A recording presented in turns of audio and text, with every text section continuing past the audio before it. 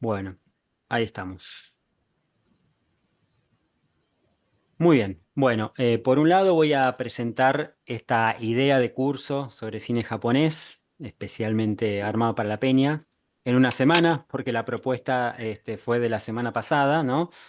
¿Por qué cine japonés? Preguntarán los que no vienen siempre, es porque lo pidieron. Esto es un sistema de cursos a la carta, podemos decir. Eh, Vamos armando proyectos a medida que van surgiendo, digamos, las demandas, ¿no? Una vez que terminemos estos encuentros sobre cine japonés, yo me aventuro a decir que probablemente exploremos más a fondo alguna de las cosas que veamos en estos encuentros, o quizá cambiemos totalmente de tema porque ya estén saturados de tanto cine japonés. Puede pasar cualquiera de las dos cosas. En general hay como una continuidad o una ruptura después que terminamos y pasamos a algo nuevo. Pero lo que quiero implementar a partir de hoy, después de todo esto, después de 131 encuentros, es lo de la clase abierta. O sea, cada vez que empecemos un tema nuevo, voy a hacer esto una clase abierta para todos, que después también la voy a subir y va a estar, o sea, lo subo siempre, pero oculto solo para los que son de la Peña. Lo voy a subir público, solo estas clases abiertas, como para, si quieren compartir, incluso para invitar a la gente, incluso después de hoy, ¿no? Que por ahí es más fácil. Con la clase ya grabada, ¿no? Para que después se sumen.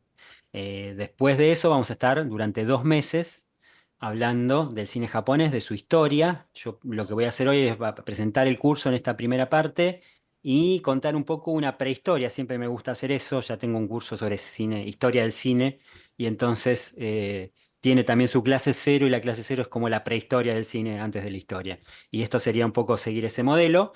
Después, obviamente, ese es un curso largo. A partir del miércoles que viene tendremos el modelo de curso corto que tomo habitualmente, que es con módulos. Son 9 clases a lo largo de 2 meses, divididas en 3 módulos de 3 clases cada una, y cada una con su espíritu particular, ¿no? En el caso del cine japonés, por un poco particularidades de la cultura japonesa, vamos a ir de mayor a menor en intensidad, o en apariencia de intensidad, o en lo explícito de la intensidad, en realidad, a diferencia de lo que por ahí hago habitualmente, o lo que se hace en un show o en una película, que es ir de menor a mayor.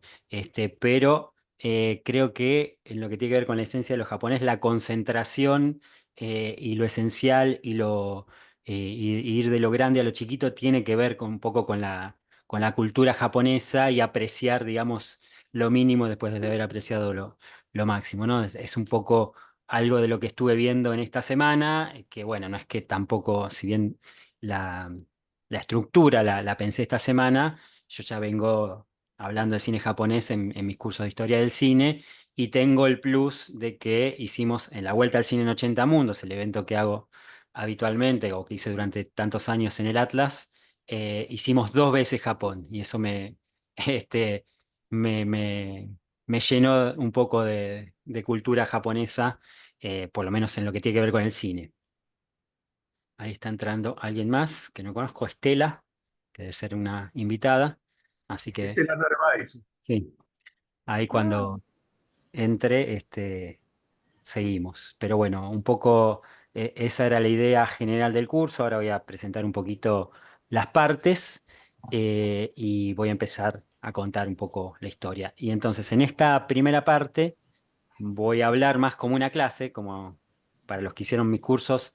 Esto se va a parecer un poco a una clase en esta primera parte, y la segunda va a ser más libre, se va a parecer más a la Peña, a la Peña Peña, que para los que no saben está dedicada a Fernando Martín Peña, por eso se llama la Peña Peña, que es más un encuentro de amantes del cine, no necesariamente cinéfilos, y de amigos. Y entonces vamos a hablar, si bien no vamos a analizar una película en esta primera, sí, a partir del miércoles que viene, sí podemos hablar de experiencias que tengan con el cine japonés. Y yo puedo decir varias cosas más a partir de eso, ¿no? Pero un poco la idea es esa, digamos, con respecto a cómo vamos a funcionar hoy y cómo vamos a funcionar a partir de hoy en los siguientes 9 encuentros, ¿no? Los 9 encuentros son a partir del miércoles que viene, sin contar este, por eso digo que este es el cero, ¿no? Em, voy a repasar un poquito el programa que había pasado. Hola Estela, ahí veo que estás entrando, que ya se ve. Hola. Bueno, estoy recién presentando un poquito de qué va todo esto. Eh, Hay un programa, a diferencia de otras veces, que lo voy armando sobre la marcha, justamente, porque esto es a pedido, ¿no? Como un curso a pedido. Esta vez tuve una semana como para armarle una estructura a lo que vamos a ver, por lo menos en los próximos 9 encuentros. Obviamente, como ya conocemos los que ya vienen habitualmente, como es la peña, puede haber desvíos, no grandes en este caso, o sea, esos 9 los vamos a hacer, pero alguna cosa puede revestir mayor interés o menor y ir ampliándose o achicándose o lo que fuera, ¿no? Pero por lo menos el plan de trabajo es ese, ¿no? 9 encuentros, en la primera voy a hablar de módulos nomás, no de clases. Eh, en el primero vamos a ver más cuestiones que tienen que ver con las costumbres y leyendas japonesas y vamos a ver la obra de Kurosawa, sobre todo, de Kobayashi, que es un director que para mí, para los que no lo conozcan, me parece que va a ser un descubrimiento, de Kenji Mizoguchi, que para mí es tan importante como los más importantes directores japoneses. En general siempre se habla de Kurosawa y de algunos directores más, pero sobre todo de ellos tres. Em, en el segundo módulo voy a hablar de la guerra, ahí está entrando María, y de el cine de género japonés, que es muy importante, y también del anime, que me parece que tiene un lugar central en la historia del cine japonés. Entonces va a haber varios directores que vamos a ver, como Tanaka, Yamazaki, Takeshi Kitano, Takahara, Hayao Miyazaki y Satoshi Kon. Bueno, van a ser algunos de los directores que vamos a ver. Y en el módulo 3 que vamos a ir, como decía, de mayor a menor, vamos a ver ahí los lazos familiares, sobre todo en ese módulo. Ahí la estrella, de alguna manera, aunque nunca quiso ser una estrella, va a ser Ozu, el cine de Ozu. Y también vamos a ver a Naruse, a Amaguchi, directores del presente como Amaguchi, Koreeda o Naomi Kawase. Bueno, varios de la actualidad. Pero esos son, digamos, los directores que vamos a ver, seguramente alguno más, eh, y con los temas que estaban ahí en el programita, como para tener un punto de partida y una especie de estructura, ¿no? Pero bueno, esa es un poco la presentación. ¿Qué tal, María? ¿Cómo estás? Hola, ¿qué tal? ¿Cómo va? Hola, María, ¿qué tal? ¿Cómo Somos, estás? somos varios. Ay, qué Bien. lindo. Bueno, igual faltan un montón, faltan de los de siempre, faltan muchos, así que seguramente se van a ir sumando. Bueno, paso directamente, a menos que alguien tenga alguna pregunta muy específica, la pueden hacer ahora, si no paso a hablar un poco del tema del cine japonés. ¿Por qué cine japonés? Bueno, ya un poco lo expliqué, fue justamente a pedido y en base a lo que veníamos diciendo, sobre todo lo digo para Oscar y Estela. Ujú. Venimos trabajando otras cosas y una cosa nos va llevando a la otra. Lo último que vimos fue toda la filmografía a fondo de el director iraní Abbas Kiarostami. Y como Kiarostami era un fan confeso de Ozu, de Yasuhiro Ozu, surgió la pregunta de quién era Ozu, porque no es un nombre en principio tan Sí. conocido como Kurosawa, ¿no? O sea, unos medio que sabe, no hace falta ser cinéfilo para saber que Kurosawa es un director importante japonés. No hace falta ni haber visto ninguna de sus películas, este, para tener ese dato. Después ya es un poco más difícil identificar alguno de todos los otros nombres que mencioné. Quizá Miyazaki por el tema del anime, para el que le guste el anime, que también el anime tiene sus particularidades con respecto al cine de animación en general, y también vamos a hablar de eso más a fondo, por lo menos en una clase. Y después ya es un poco más difícil, incluso directores del presente que estuvieron en la cartelera hace un mes la película de Kore-eda. Hirokazu Ujú. Kore-eda es el director, quizá, probablemente sí, es el más importante, el más prestigioso del presente de Japón, pero no por eso es difícil pensar en general. Decir, vamos a ver una de Koreeda, no tiene tanta incidencia todavía para que sea una marca como para decir una de Fellini o una de un director así que sea, o Tarantino, que sea una marca en sí mismo, ¿no? No es un cine muy conocido y mucho menos históricamente, ¿no? Vamos a remontarnos al pasado. En los 9 encuentros que vienen, vamos a hablar del cine japonés sonoro.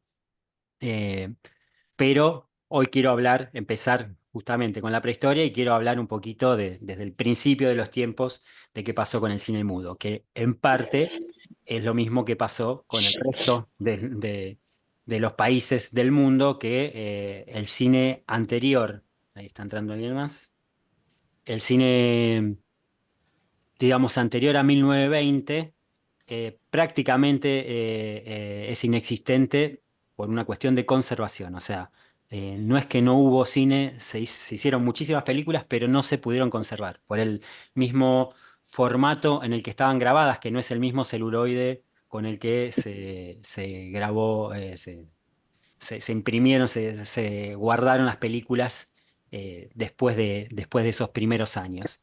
En el cine mudo, además de falta de previsión, de que el material era altamente inflamable y un montón de problemas, eh, y el cine no tenía una historia como para tener a alguien que se ocupe de conservar la historia del cine. De hecho, en Argentina todavía sigue pasando eso, o sea, después de 125 años, más o menos, sigue pasando lo mismo.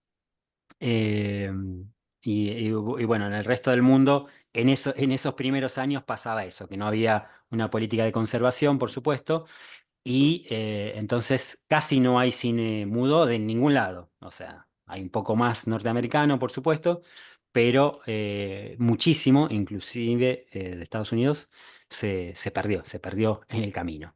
Entonces no se puede hablar demasiado de eso, pero sí podemos contar que el cine llegó a Japón, al igual que el resto de los países, casi inmediatamente. Fue un fenómeno que de alguna manera fue previo a la globalización. Y yo creo, ya que hablé de cine mudo, que el hecho de que sea mudo, fue muy importante para, para hacerlo más, o sea, era mucho más fácil eh, traducir y rehacer las placas, los intertítulos de las películas, que, por ejemplo, hacer un doblaje, como sería el cine sonoro, digamos, estamos hablando de una época, ¿no? Hace más de 100 años, en donde había mucho analfabetismo, donde era muy complicado, digamos, em, que sea popular una película con subtítulos, ¿no? Pero el cine todavía no era popular. En la época muda, el cine era todavía algo para pocos, o relativamente pocos, salvo algunos casos muy especiales, como el cine de Griffith, El nacimiento de una nación, etcétera. Eh, el cine era algo que recién se popularizó cuando se hizo sonoro, justamente porque era mucho más fácil llegar. Pero esas limitaciones del mudo hicieron que también sea más fácil que se propague por el resto del mundo, ¿no? Porque el cine mudo, el cine de Chaplin, no necesita ni intertítulos, por ejemplo. O sea, es universal y atemporal, ¿no? O sea, una película de Chaplin de la época muda funciona en cualquier geografía, ¿no? Eso hizo que el cine se expanda. Y por lo tanto, en Japón pasó eso. Para el año 1908, por ejemplo, ya había 4 productoras importantes de cine, de las cuales una sigue en actividad, cuyo nombre ahora, los estudios Yoshchiku, por ejemplo, todavía están funcionando. Y directores de esa época, voy a mencionar uno solo, eh, que es Murata, con la película Rojo no Reikion, que es una película que tuvo un título Almas en el Camino, del 1921, que está considerada como el gran hito del primer cine japonés, sobre todo porque no se conservan los anteriores hitos. A lo mejor hay una gran película que nunca veremos, ¿no? Eso pasa siempre y es una gran tragedia con la historia del cine mudo, pero de las que se conservan, la más conocida y reconocida y aplaudida por la crítica, sobre todo por su modernidad, por cómo está construida, porque son historias paralelas, que en esa época, 1921, era, el montaje paralelo era una novedad total. Bueno, es una de las películas más conocidas de ese periodo. Yo voy a poner seguramente ahora un pedacito, simplemente de fondo, para hablar de otra cosa. Que tiene que ver, digamos, con las particularidades del cine mudo en Japón, que me parece que es un dato interesante. Primero voy a buscar la La película. saludamos a María Rosa. Bueno, hola Gracias, María Rosa. saludos. Hola. Hola, Hola. María Hola, Rosa. hola. Hola. Bien, ahí estamos. Bueno, yo voy a poner esto de fondo, pero no porque tengamos que analizar nada, simplemente para que sepan de qué estoy hablando cuando hablo de esa película, ¿no? Sé que lo que se puede ver en YouTube es de baja calidad, además lo que se conserva es bastante malo en general. Eh, Voy a poner sin volumen la película para verla en YouTube, está con música, por supuesto, con música agregada posterior, pero yo voy a hablar encima porque voy a hablar justamente de los que como yo hablan encima de las películas, ¿no? Voy a hablar de un arte en particular japonés y de un tipo de personaje que tiene mucho que ver con el principio de la historia del cine japonés, que son los benjis, benjis con SH, benjis, que fueron una figura muy popular y muy distinta del resto del cine del mundo. Si bien al principio de la era del cine mudo había algunas personas que presentaban las películas en las salas, los Benjis eran como presentadores profesionales de películas. Era gente que hablaba, no solo que traducía los intertítulos, digamos, o sea que cuando había un diálogo y la gente no lo podía leer,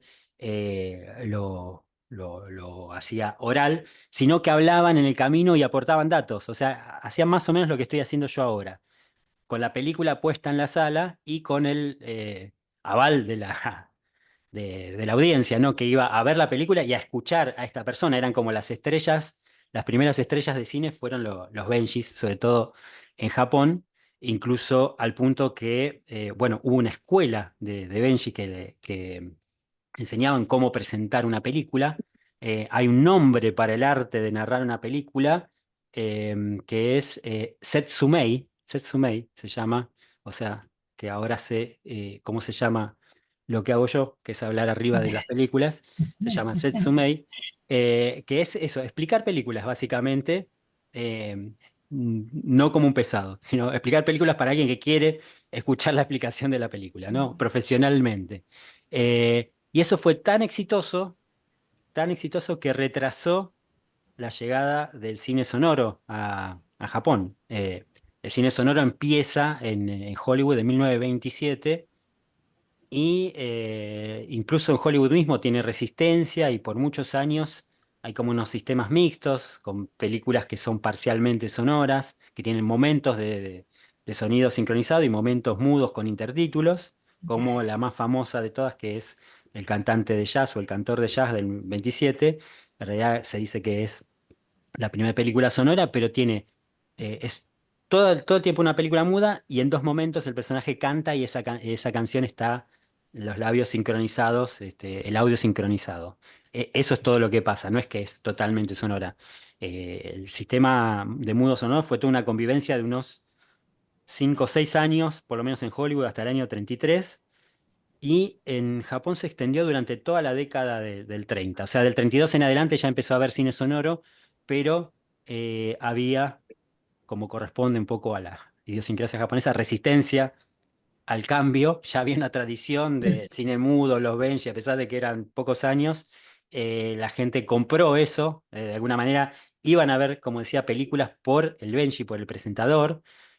Había incluso algunos esto lo saqué también del dato de los Benjis del cine, del libro de cine de Mark Cousins, Historia del cine, que lo tengo acá, que lo uso mucho para mis cursos de historia del cine. Algunos ya los conocen, al amigo Mark Cousins, un crítico irlandés que tiene una serie muy interesante y un libro muy interesante sobre historia del cine. Pero bueno, voy a parar acá porque total esto era un fondito, para así los veo bien.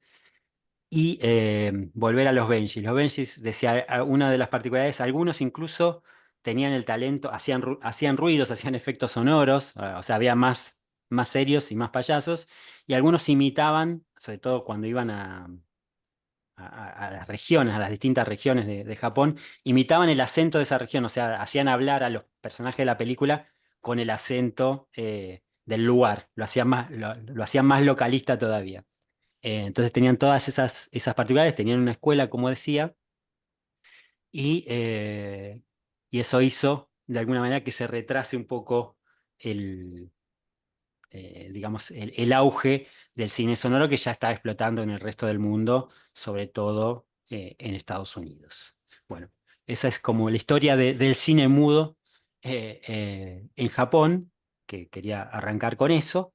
Eh, Entre los Benjis más conocidos había uno que se llamaba Eigo Kurosawa, que era nada más y nada menos que el hermano mayor de Akira Kurosawa, eh, y que cuando finalmente se consolidó el sistema sonoro y dejaron de existir por esa misma razón, dejaron de ser necesarios los Benjis, se suicidó. Esa es la historia de Kurosawa, una historia ya un poco con características japonesas. El tema del suicidio, lo vamos a tratar casi inmediatamente, no hoy ni la próxima, pero la siguiente. Incluso el suicidio ritual es algo muy particular que tiene que ver con esta cuestión, ¿no? De concentrar este, del deber ser y de concentrar las emociones, de no explotar, no explotar, pero suicidarse, digamos, si cambia algo, es decir, si algo no es como, como venía siendo o algo así, ¿no?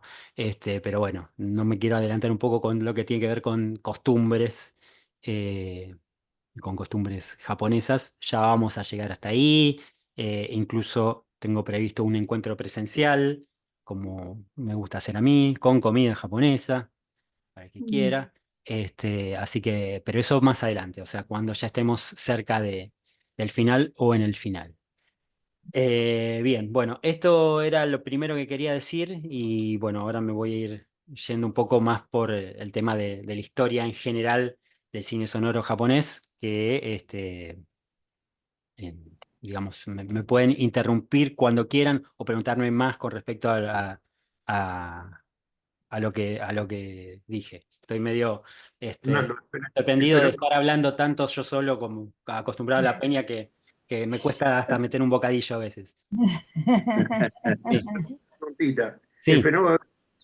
El fenómeno Benji, ¿se da solamente en Japón? ¿En otro lugar del mundo no? Es una buena pregunta. O sea, se da en Japón como en ningún otro lado.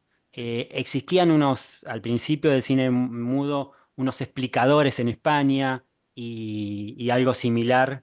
Alguien que presentaba la película, sobre todo había un tema con los intertítulos y el analfabetismo en general, digo, en todas partes estamos hablando de antes de 1900, ¿no? O sea, hace mucho más de 100 años.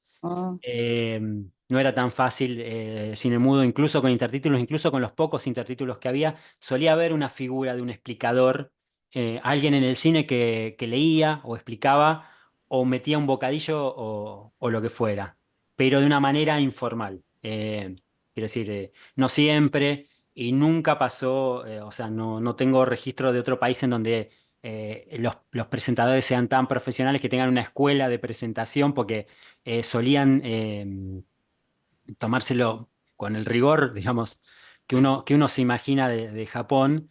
Si la película era una adaptación de una novela, se leían la novela antes y explicaban y contaban mientras estaba pasando la película, esto en la novela no es así, o lo que fuera, digamos. O sea, estaban hablando arriba, no era solamente que metían un bocadillo cuando los personajes hablaban, sino que contaban cuestiones de la producción, o sea, toda la información que tenían en mayor o menor medida, porque había distintos y la gente como que compraba o sea, quería a unos o a otros, o sea, capaz que iban a ver la película no por el director o el actor, que todavía no eran tan estrellas, sobre todo las películas extranjeras, porque esto se hacía más que nada para las películas extranjeras, este, en donde no solo tenían que explicar, decir los diálogos o decir lo que estaba pasando en los intertítulos, sino eh, contar por qué, no sé, por qué comen así, por qué se sientan así, no sé, imagínense en Japón de Claro. hace 120 años, este, mucho más aislados de lo que nos podemos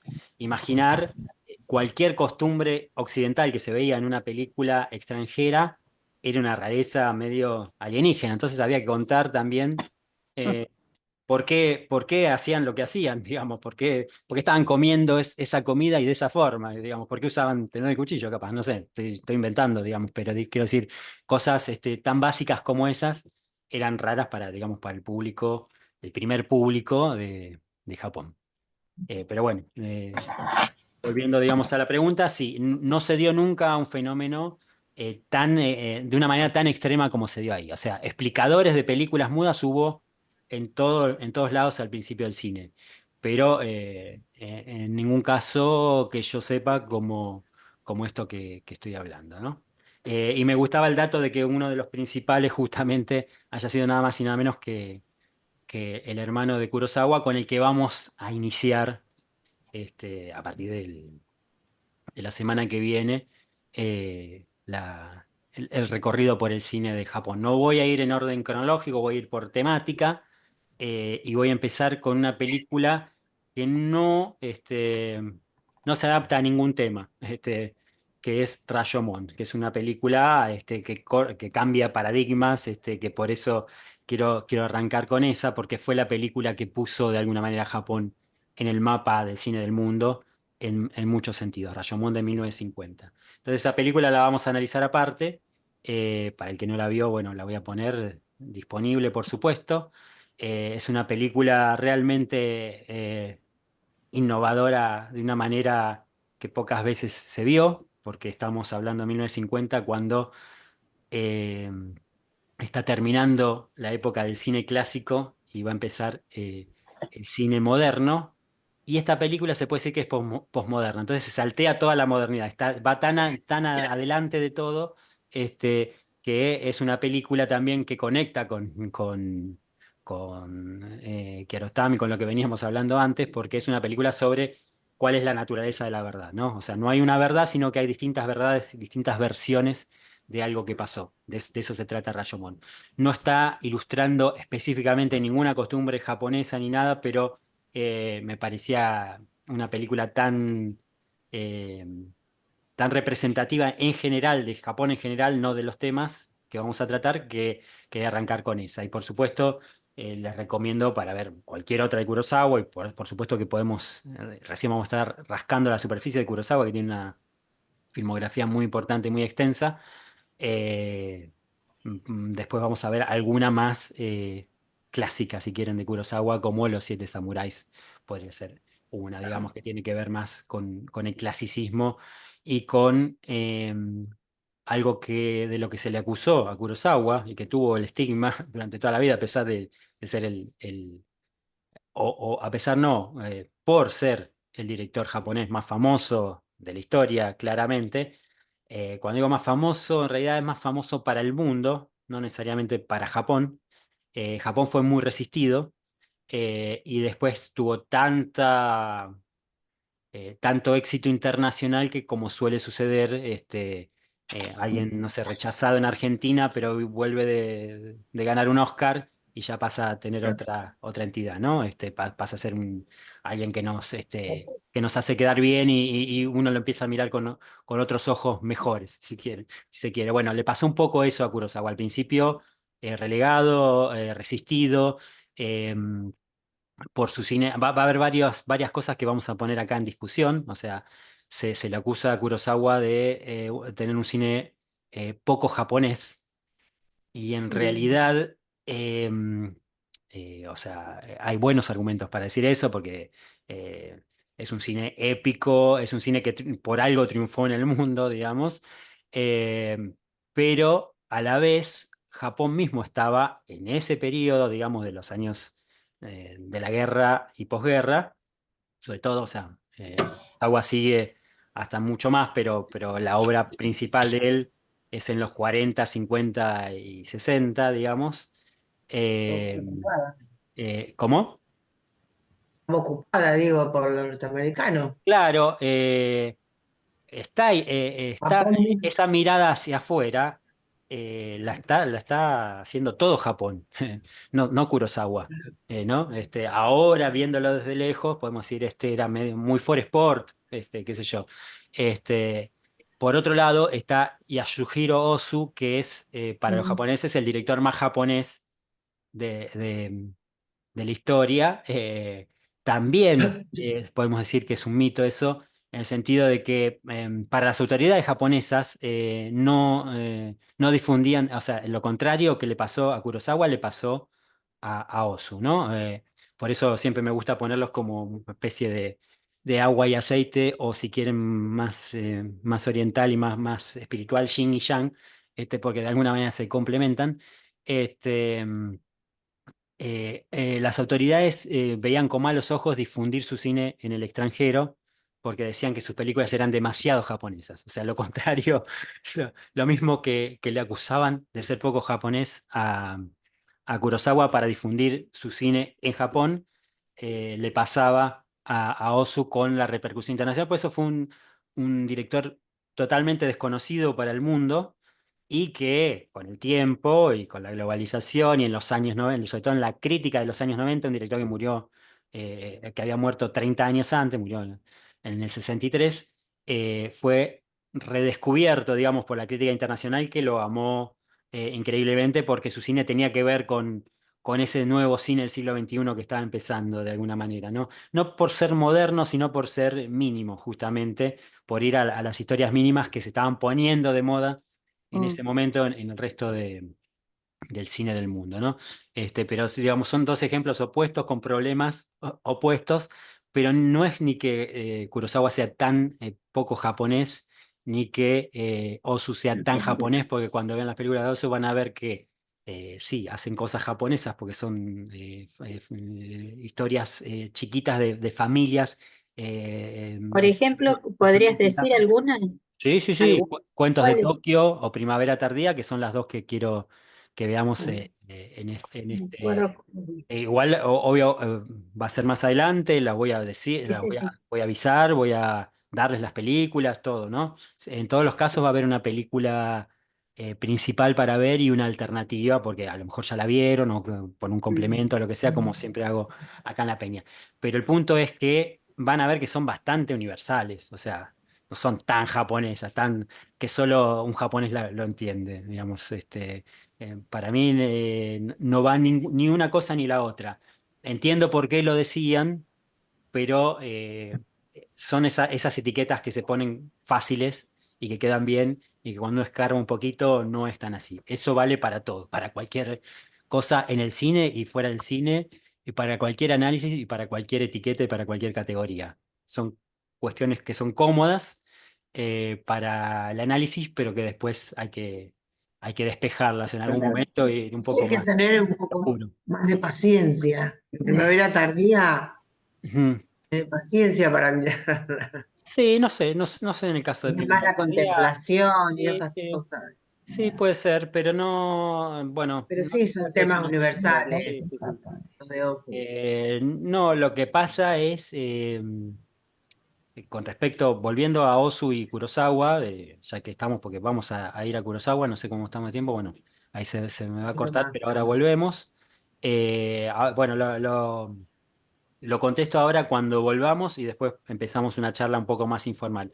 Otra cosa que voy a hacer, porque me gusta mucho la música japonesa y lo voy a hacer a partir de hoy, ahora vamos a cortar en un minuto. Cuando volvemos, yo arranco enseguida, pero con un tema japonés que quiero compartirles, que después lo vuelvo a compartir en el grupo. Para los que no están, lo sumo si quieren hacer el curso, lo sumo al grupo. Pero así, el que quiere hacer un corte de 4 minutos o 5 minutos puede saltearse la música esa y el que vuelve enseguida va a escuchar una música que para mí es particularmente buena. Así que ahora ahí se va a cortar, así que voy a hacer eso. Cortamos, volvemos con el mismo link, empieza la música 4 minutos y después retomamos. Ahí estamos. Bien. Fijar en el mismo link. Sí, mismo link, mismo link.